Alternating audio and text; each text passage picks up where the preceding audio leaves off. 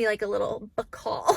I literally just walked out of Barnes & Noble and I did a couple things that I normally wouldn't do and I shouldn't have done, but you know, it's hard when you're in a Barnes & Noble.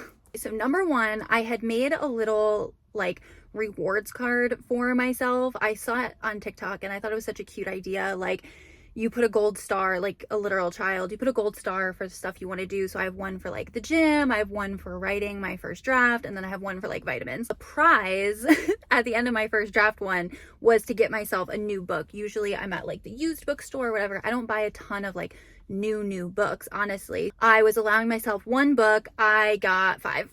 Here's the other thing.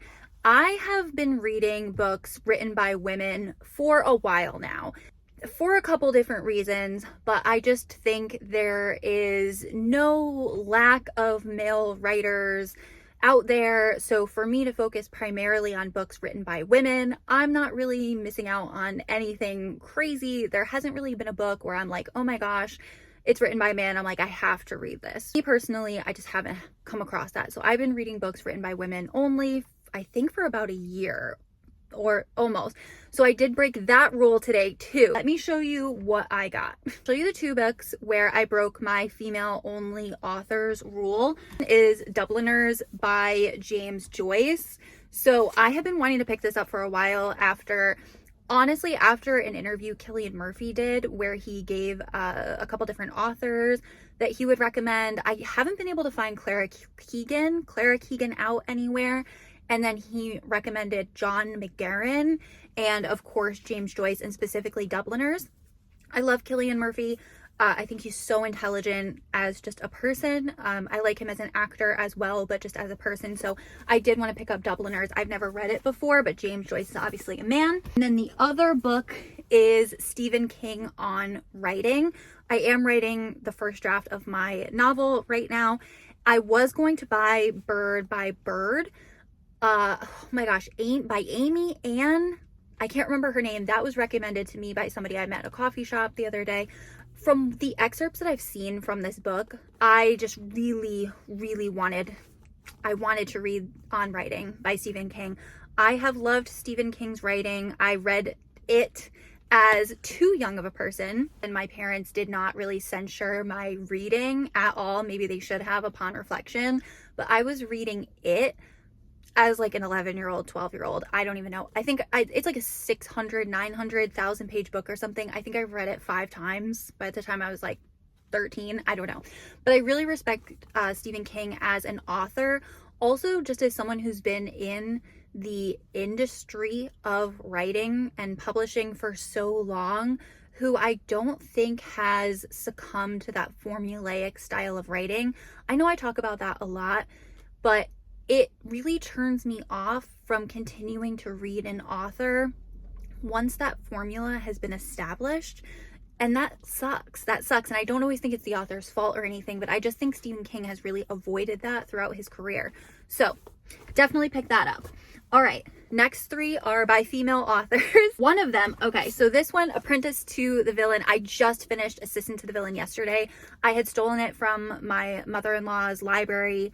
I've heard about it and I was like, you know what? I really want to read this. I've been seeing it all over. Assistant to the Villain was so cute. I'm writing a review on it now. That will hopefully be up soon.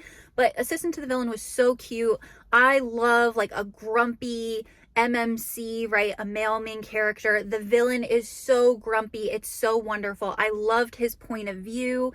And then the main character, Evie, or Sage, I love her too. She's like sunshiny, but like ruthless and like unhinged. I just loved everything about it. It's a slow burn romance with fantasy thrown in. They kissed, spoiler, they kissed one time in the first book. So I'm like, yes, this is exactly what I look for in a romance. And this is just, the first book was so cute. The concept is adorable. I loved it. So I wanted to pick up book 2. Let's see. I'm probably going to mispronounce her name, so please don't make fun of me, but Anais Nin,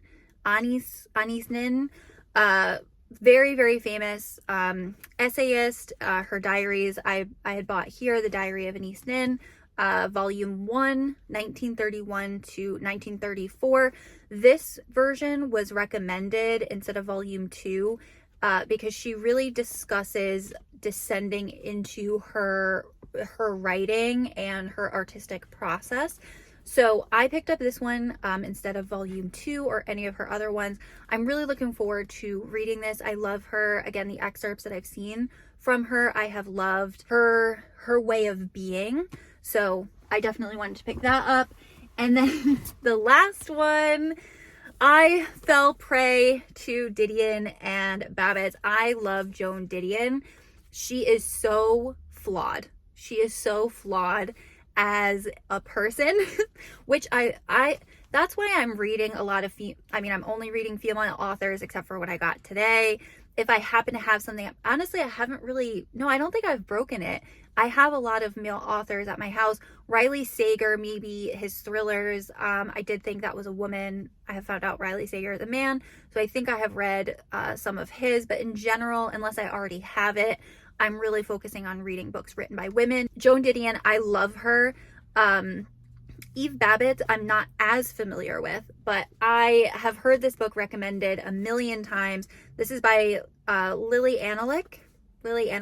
So I am incredibly excited to read this. I think between this book, and this book, so On Writing, Diary of Anais Nin, and then Dideon and Babitz, I am going to be able to jump back into writing my first draft, being home with my family. I'm here for a specific, private reason. It's not my business, but I'm here helping my parents for a couple weeks.